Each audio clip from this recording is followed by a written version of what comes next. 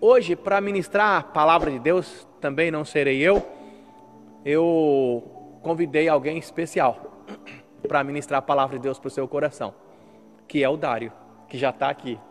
Então, eu vou passar a palavra para o Dário, ele fez o louvor, ele vai ministrar a palavra de Deus aos nossos corações. O Dário é baixinho assim, você percebeu, mas ele já é velhinho, já tem os seus 45 para 50 anos, se não for mais velho do que eu. O Dário vai fazer agora em setembro, Dário?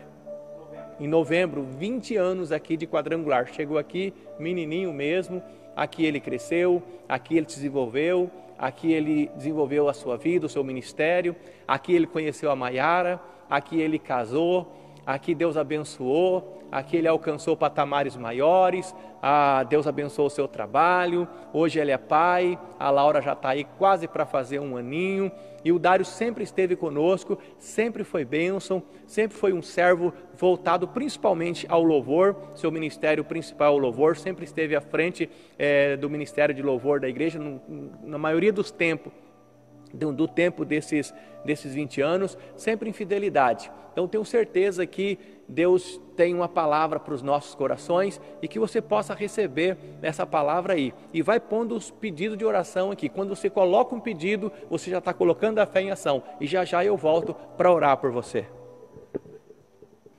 Amém, irmãos? Voltei. Tudo certo aí?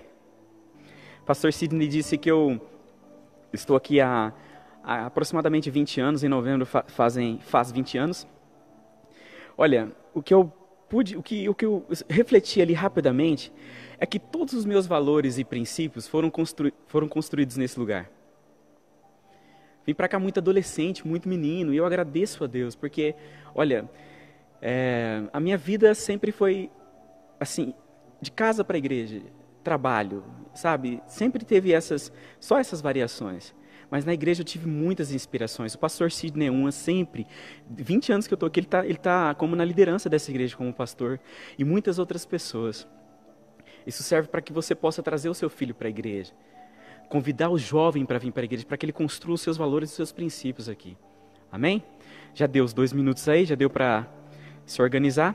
Eu quero que você abra a Bíblia, lá em Lucas 18, capítulo 18. Amém? Talvez a minha versão vai ser um pouquinho diferente da sua, mas a gente vai se entendendo. É a parábola da viúva persistente. Gostaria de conversar um pouco com você, vai a gente trocar uma ideia, compartilhar algumas informações com você. Eu, nas minhas leituras diárias, eu refletindo sobre essa passagem, Deus falou muito no meu coração. Vou compartilhar com você. Ela diz assim: Então Jesus contou aos seus discípulos uma parábola, para mostrar-lhes que eles deviam orar sempre e nunca desanimar. Ele disse: Em certa cidade havia um juiz que não temia Deus, nem se importava com os homens. E havia naquela cidade uma viúva que se dirigia continuamente a ele, suplicando-lhe: Faze-me justiça contra o meu adversário. Por algum tempo ele se recusou, mas finalmente disse a si mesmo: Embora eu não tema Deus e nem me importe com os homens, esta viúva está me aborrecendo. Vou fazer-lhe justiça para que ela não venha mais me importunar. E o Senhor continuou: Ouçam o que diz o juiz injusto. Acaso Deus não fará justiça aos seus escolhidos, que clamam a Ele dia e noite? Continuará fazendo-os esperar? Eu lhes digo, Ele lhes fará justiça, e depressa. Contudo, quando o Filho do Homem vier, encontrará fé na terra? Amém? O que me chama a atenção nessa passagem é mais essa viúva. Ela me trouxe algumas reflexões. Mas vamos por parte, vamos do início, vamos começar do começo. Vê se você consegue se identificar. Em uma certa cidade, tinha um juiz que ele não temia Deus e não se importava com os homens. Você já parou para pensar sobre isso? Olha, para um pouco para pensar sobre isso. Tem uma pessoa responsável por fazer justiça. Só que ele não temia Deus e estava pouco se lixando para os homens. Ele devia julgar conforme lhe apraz, conforme dava na telha dele, na cabeça dele. Estava nem aí. E nessa mesma cidade tinha uma viúva, que obviamente, Óbvio que o marido dela tinha morrido. Além dela estar viúva, que naquela época as mulheres dependiam muito dos maridos, né, dos homens. Tinha um juiz na cidade dela que não temia Deus e não estava nem aí para os homens. Será que a gente pode trazer para os dias de hoje? Para as dificuldades que nós estamos enfrentando? Para esse momento difícil? Eu acredito que sim. Olha a parábola que Jesus trouxe para a nossa reflexão.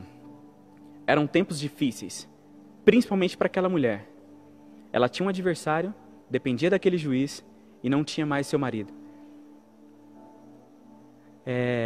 O que me inspirou a trazer essa passagem? Eu estava no mercado uma vez, eu gosto muito do mercado, todo mundo já deve me ver bastante no mercado, né? E eu estava na fila dos idosos lá, no caixa dos idosos. A gente sempre querendo dar uma burlada no sistema, o caixa dos idosos estava sem ninguém, eu falei, é ali que eu vou entrar. E entrei, porque não tinha ninguém, né? Não tinha ninguém. Se tivesse feito certo, não passaria por esse constrangimento que eu vou te contar. E de repente chegou uma senhora, mas eu fiquei confortável ainda, porque essa senhora aparentava ter os seus 55 anos, né?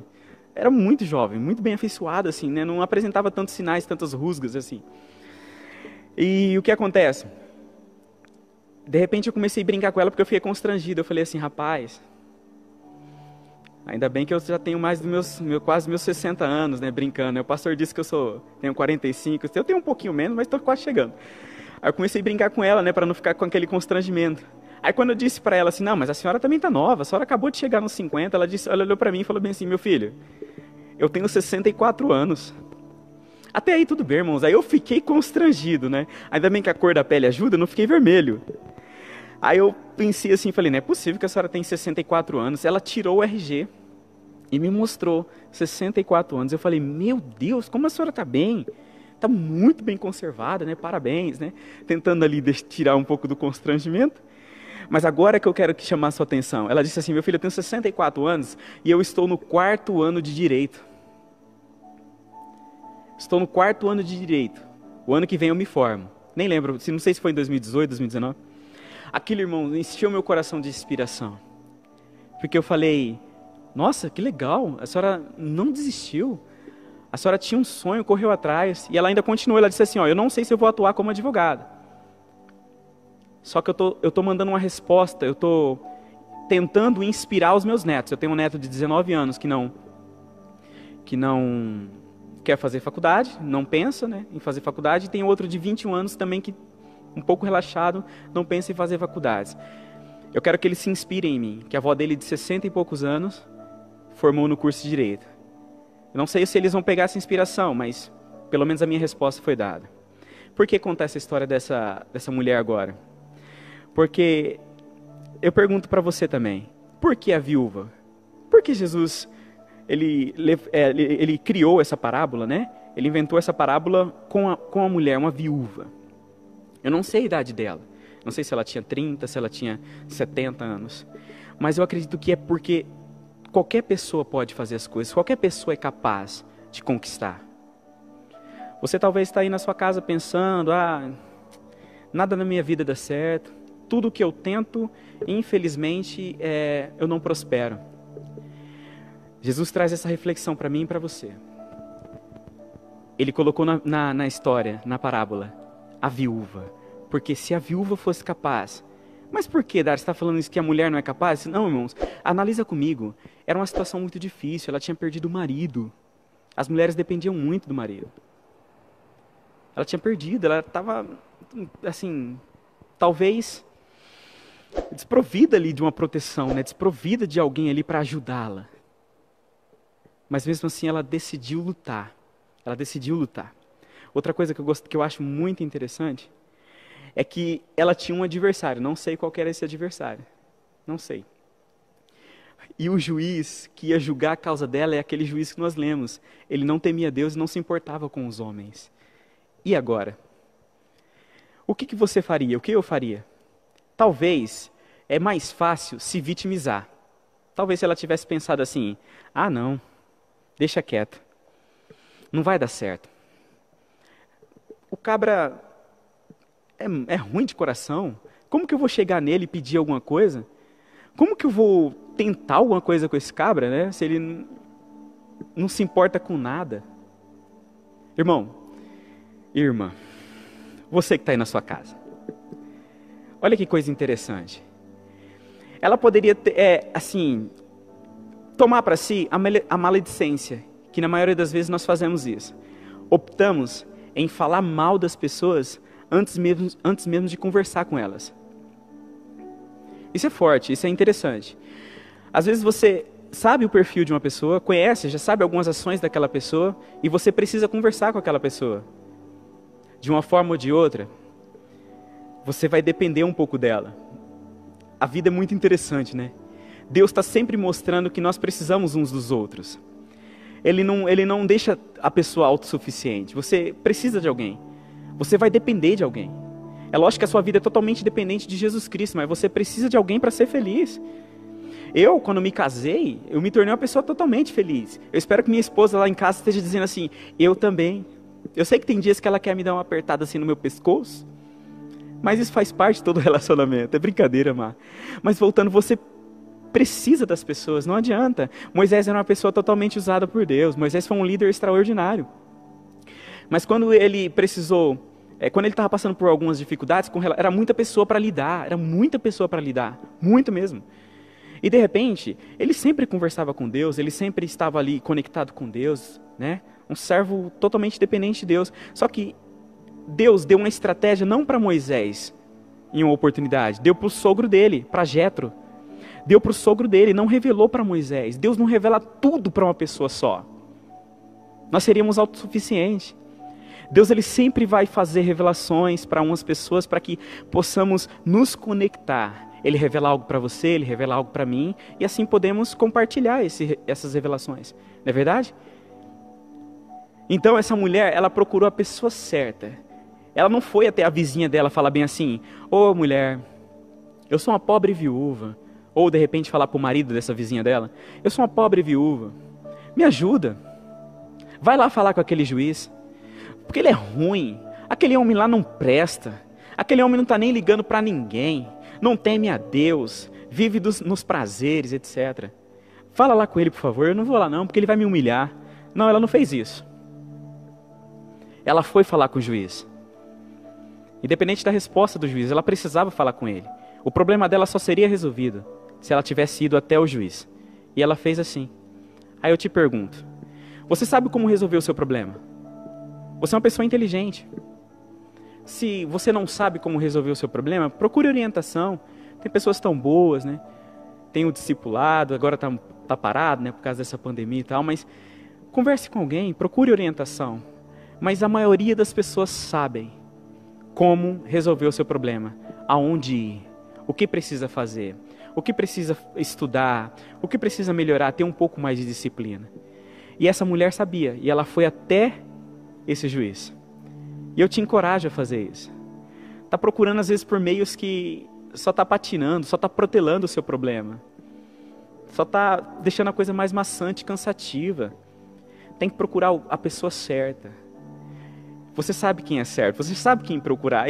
O cerne aqui da minha pregação, a coluna dele, é que persistir em oração. Nós vamos falar um pouco sobre isso. Mas eu acho interessante a atitude dessa mulher.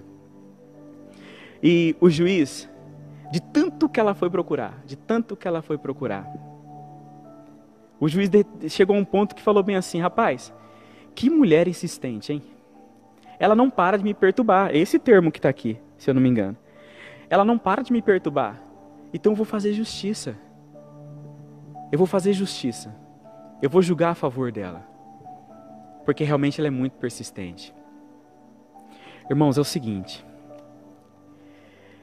É um típico exemplo que Jesus está dando. Nós somos tendenciosos, nós somos assim, programados às vezes, para agir com muita negligência e sem perseverança nenhuma. É mais cômodo não perseverar. É mais cômodo desistir. Para desistir você não precisa fazer nada, não é verdade? Você só precisa parar. Só isso. Não precisa fazer mais nada. Só isso. Só reclamar, só ficar, ninguém faz nada por mim. Minha vida está nessa situação, está muito ruim, as pessoas não se importam. Eu acho que uma pessoa que pode ter muito fracasso na vida dela é quando ela só olha para o que as pessoas podem oferecer para ela. Ela nunca se coloca num lugar assim de que eu posso oferecer para as pessoas. Qual que é a minha parte no negócio? O que eu preciso fazer? Mas está sempre dependendo das pessoas. Ah, fulano não faz nada por mim. Fulano tem dinheiro. Você já deve ter ouvido isso, né? Assim, fulano tem dinheiro e nunca me ajudou. Ciclano tem dinheiro e nunca me ajudou. Eu acho que a ajuda não está vindo porque você está buscando ela no lugar errado. Tá? Ou com a intenção errada. Tome bastante cuidado e reflita sobre isso. E Jesus continuando, ele diz assim, que aquele juiz pensou naquela mulher e fez justiça para ela, julgou a favor dela. E ele continua, não é verdade? Ele fala bem assim, ó, e o Senhor continuou. Ouça o que diz o injusto juiz, ou juiz injusto. Ouça o que ele diz. Por que ele traz essa reflexão? Porque mesmo ele sendo um homem ruim, mesmo ele sendo um homem que não se importava com os homens, chegou a determinado ponto que ele falou bem assim, cara, essa mulher é boa, essa mulher é disciplinada, essa mulher sabe o que quer, então eu vou ajudá-la. E ele continua, acaso Deus não fará justiça aos seus escolhidos que clamam a Ele dia e noite? Ou continuará fazendo-os esperar? O pastor Sidney disse algo interessante. Eu vou fazer 20 anos aqui na igreja do Evangelho Quadrangular. Me considero convertido mesmo há quase 20 anos. Foi depois que eu batizei, porque antes eu vou na igreja desde os meus 5 anos, né, com meu avô me levava e tal. Tem coisas que eu estou orando, irmãos, há quase 20 anos. Há quase 20 anos. Eu estava fazendo uma reflexão. E ela ainda não aconteceu. Eu não sei quanto tempo você tem orado. Mas eu acredito que o que ofende, o que fere o coração de Deus, é quando o cristão, conhecendo o poder dele, conhecendo que ele é dono do universo, e ele diz que não há nada impossível para ele, é quando o cristão desiste de orar ali no seu primeiro ano. Ah, eu não vou orar mais não. Uma vez eu encontrei uma irmã no mercado, e ela disse assim, irmão, eu vou parar de ir na igreja. Eu vou parar de ir na igreja, vou parar de servir a Deus. Eu só tenho orado, e nada acontece na minha vida. Olha o jeito que está a minha vida. Minha vida está complicada, meu filho está nas drogas, isso, aquilo. Irmãos, eu confesso para você que eu não tinha, faz um tempinho isso, eu não tinha muita sabedoria, e eu não falei assim, não fui um pouco gentil com ela, né? Na época eu até falei para ela, irmã, você está na igreja pelo motivo errado, você está servindo a Deus pelo motivo errado. E de certa forma nós sabemos que está certo. É verdade? Não é servir pelo que Ele é. Perdão, não é servir pelo que Ele pode nos dar, mas é porque Ele é. E como Ele é um Pai maravilhoso e bom, Ele vai nos abençoar. Mas só que o cristão, as pessoas, o profissional ou quem for, não age com perseverança. E eu chamo atenção a você que é cristão. Está orando faz 10 anos? Está orando faz 12 anos? Está orando há 6 meses? Está orando há 10 meses? Ouça o que o Senhor diz. Continue, persevere em oração. Não pare. Não pare. Sabe o que eu entendi?